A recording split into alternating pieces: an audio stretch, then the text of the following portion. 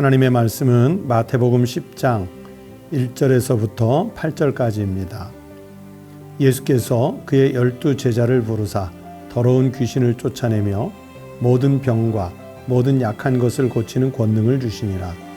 12 사도의 이름은 이러하니 베드로라 하는 시몬을 비롯하여 그의 형제 안드레와 세베대의 아들 야고보와 그의 형제 요한, 빌립과 바돌로메, 도마와 세리마테, 알페오의 아들 야고보와 다데오, 가나나인 시몬 및 가룟 유다 곧 예수를 판 자라.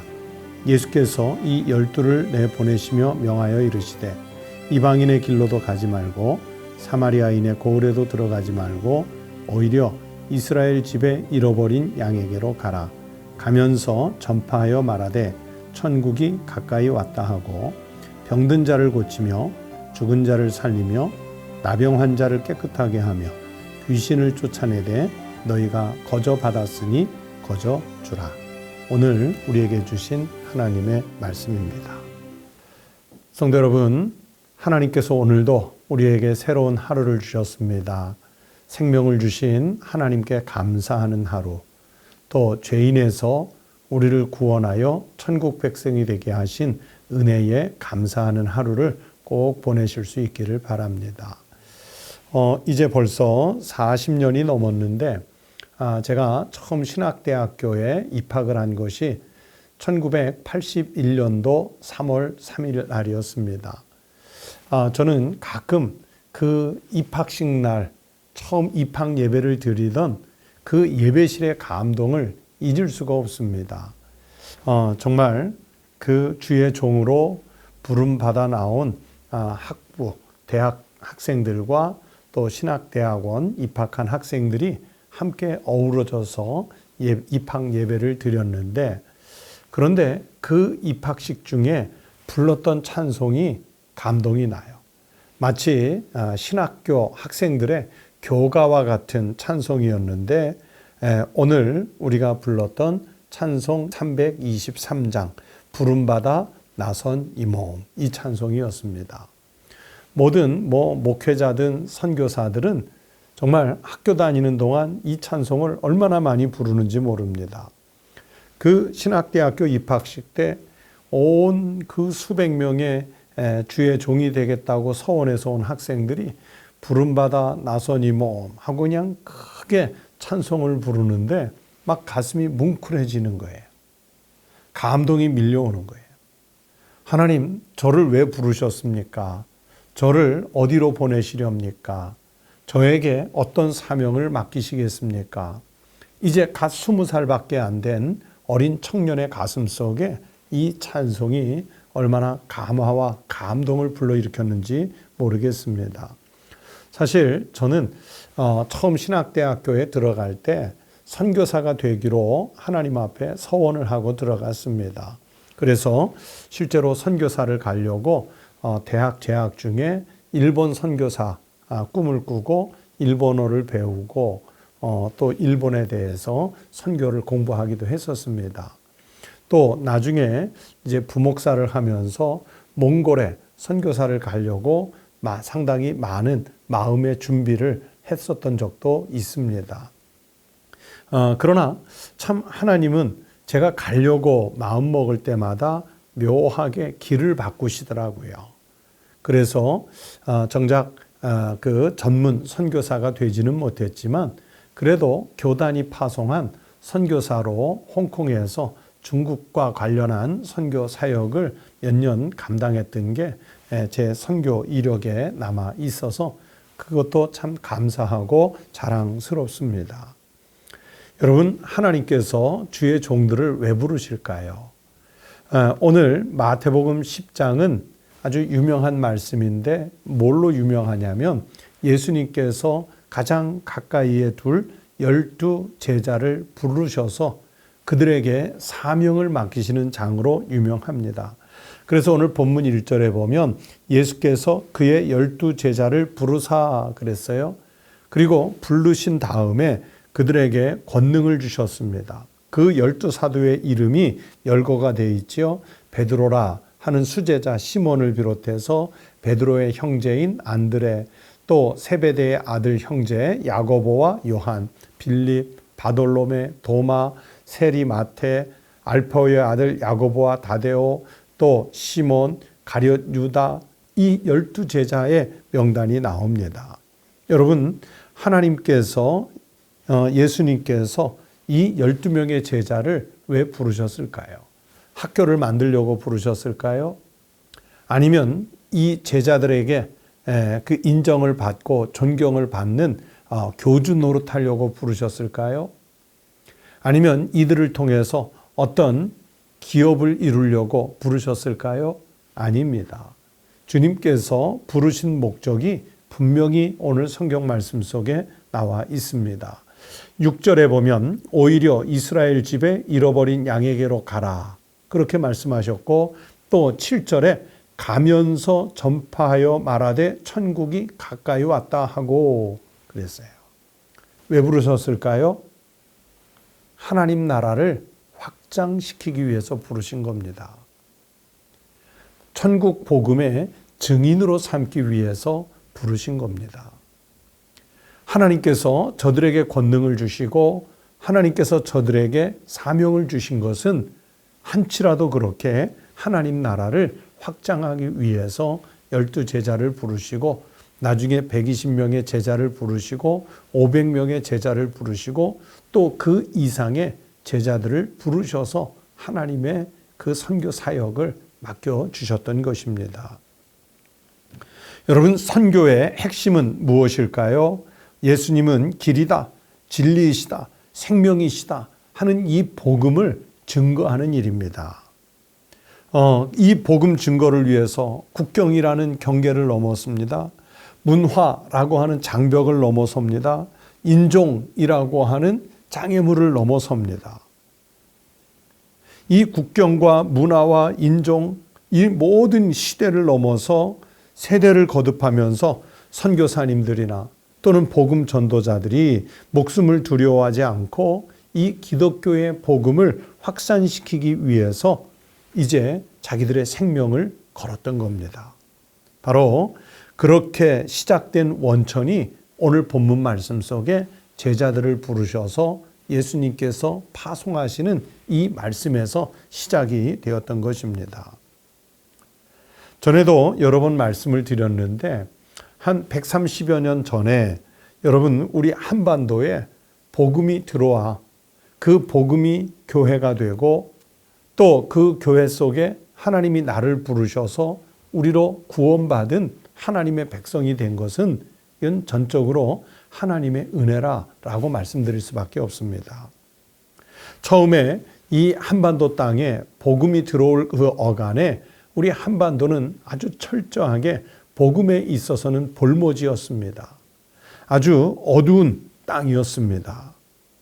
이 땅에 죽음을 각오하고 들어온 선교사님들이 방방곡곡을 다니며 풍토병과 싸우고 또 사람들의 편견과 싸우고 언어적 장벽과 싸우면서 성경을 들고 방방곡곡을 다니면서 예수 그리스도의 복음을 전했습니다.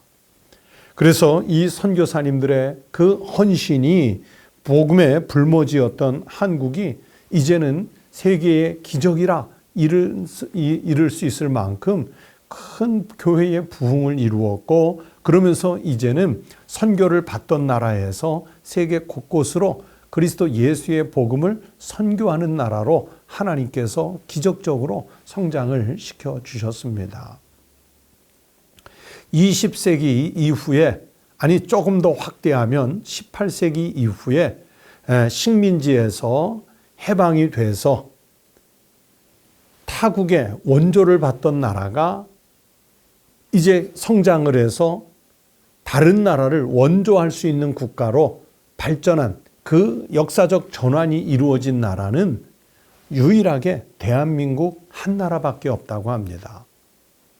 원조를 받던 나라에서 원조하는 나라로의 이 전환은 기적에 가까운 일입니다.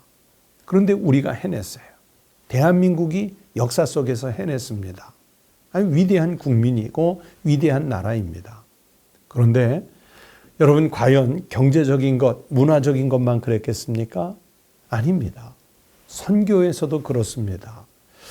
선교를 받던 선교지 나라에서 선교할 수 있는 나라로 이 역사적 전환을 한 나라는 거의 한국이 유일합니다. 그래서 공식적으로 세계 선교사 파송국가 1위는 미국이고 2위가 우리나라 한국교회입니다. 그런데 많은 선교학자들이 평가하기를 비공식적인 숫자를 따지면 한국이 미국보다 더 많은 선교사를 보내 비공식 1위라고 인정을 합니다. 왜 그러냐면 공식적으로 파송하는 것은 교단, 총회에서 파송한 수를 계수하는데, 그런데 사실 우리나라에는 선교 단체에서 파송한 선교사님들, 노회에서 파송한 선교사님들, 또는 교회가 파송한 선교사님들은 공식 숫자에 잡히지 않기 때문에 그 수가 많이 축소되어 있습니다. 하지만 이 비공식적 파송까지 계산하면 우리가 세계 1위의 선교 국가가 될 수 있었습니다. 어떻게 해요? 복음을 받아들인 이후에 한국 교회가 기적적으로 부흥을 할 수 있었기 때문에 그런 것입니다. 여러분, 예수님은 제자들에게 복음을 들려줬습니다. 그래서 제자들이 이 복음을 들고 나가서 이스라엘 집에 잃어버린 양에게로 가라 말씀하셨어요. 그래서 복음을 듣지 못한 사람들이 없도록, 복음에 소외된 사람들이 없도록 제자들이 갈 수 있는 모든 영역에까지 가서 복음을 전하라고 명령하셨습니다. 가면서 전파하여 말하되 천국이 가까이 왔다 하고, 오늘 본문 7절이 그 명령입니다. 여러분, 왜 전도하고 왜 선교하겠습니까? 하나님께서 한 영혼을 천하보다 귀히 여기기 때문입니다. 왜 문화의 장벽, 국경의 장벽을 넘어 선교하러 가겠습니까? 그 나라, 그 민족, 그 시대의 백성을 하나님께서 구원하시기를 원하기 때문입니다. 여러분, 교회는 하나님의 나라가 이 땅에 가까이 왔다, 이것을 선포하는 거예요. 하나님으로부터 교회가 위임받은 사명입니다. 그래서 선교의 위임 명령을 받은 거예요. 그렇기 때문에 명령을 받은 교회 공동체는 하나님 나라의 복음을 땅끝까지 전하기 위해서 전심을 다해야 하고 전력을 기울여야 합니다. 왜냐하면 생명을 살리는 사역이기 때문에 그렇습니다. 우리 청북교회가, 더 나아가 우리 한국교회가, 그리고 교회 안에 속해 있는 모든 그리스도인 형제 자매들은 내 가족들, 내 친구들, 내 이웃들에게 예수 그리스도의 복음을 전해서 생명을 살리는 삶을 살아가시기를 바랍니다. 나는 가까이에 있는 이들에게 복음을 전하고, 교회는 지역과 시대 속에서 복음을 전하고, 더 크게는 땅끝에 이르도록 그리스도 예수의 복음을 전해서 천국이 그곳에 이루어질 수 있도록, 하나님 나라가 확장되는 일에 쓰임을 받을 수 있도록 우리가 최선을 다해야 할 것입니다.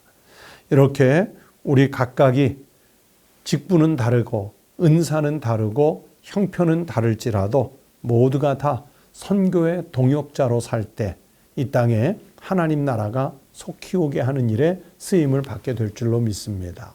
여러분 한 사람이 선교의 동역자입니다. 기도하겠습니다. 하나님 아버지, 감사합니다. 우리에게 복음을 전해주신 또 귀한 전도자들이 있고 선교사님들이 있고 목회자들이 있어서 우리가 복음을 듣고 구원받은 백성이 되게 하시니 감사를 드립니다. 하나님, 주님께서 12 제자들을 택하셔서 잃어버린 양에게로 가라 하시고 가면서 천국이 가까이 왔다고 선포하라 명령하신 그 말씀을 기억해서 하나님, 우리도 그리스도인으로서 살면서 어디에서든지 천국이 가까이 옴을 증명하고 증거하는 증인의 삶을 살게 하여 주시옵소서. 또 교회는 교회대로 이 시대와 이 지역과 우리에게 맡겨진 사역의 현장 속에서 예수 그리스도의 복음을 전파하여 하나님 나라를 이루어가는 일에 쓰임받게 해 주시옵소서. 하나님, 이 땅에 교회의 부흥이 정체되고 또 선교의 사명들이 위축이 되는 참 어려운 때를 지내고 있습니다. 성령님, 다시 한번 저희들에게 뜨거운 열정을 불러일으키셔서 우리가 주님이 맡기신 사명 잘 감당해내고 또 세상을 이롭게 하고 또 세상을 구원하고 변화시키는 일에 사용되게 해 주시옵소서. 아픈 성도들 어루만져서 고쳐주시옵소서. 코로나로 격리되어 있는 성도들에게 하나님께서 평안과 안위를 허락하여 주시옵소서. 오늘 하루의 일과도 주님께서 지켜 인도해 주시옵소서. 예수님 이름으로 기도드리옵나이다. 아멘. 화요일 아침 함께 기도하실 제목 몇 가지 나누겠습니다. 첫 번째는 오늘 말씀을 기억하시면서 오늘도 복음의 증인으로서 내가 어디에서든지 당당하게 증인으로 살게 해달라고 기도하십시다. 또 두 번째는 우리 총회 산하에 있는 7개 신학대학들이 주의 종들, 목회자, 선교사 또는 또 평신도 사역자들을 잘 양육해서 큰 한국교회를 다시 도약해 하는 데 쓰임받을 수 있는 신학대학들이 될 수 있게 해달라고 기도해 주시기를 바랍니다. 우리 목회자와 모든 선교사님들이 복음 전파를 위해 맡은 사명을 잘 감당할 수 있도록 여러분 위에서 기도해 주시기 바랍니다. 그리고 여러분의 기도 제목도 하나님께 기도하시기 바랍니다. 다 함께 기도드리겠습니다.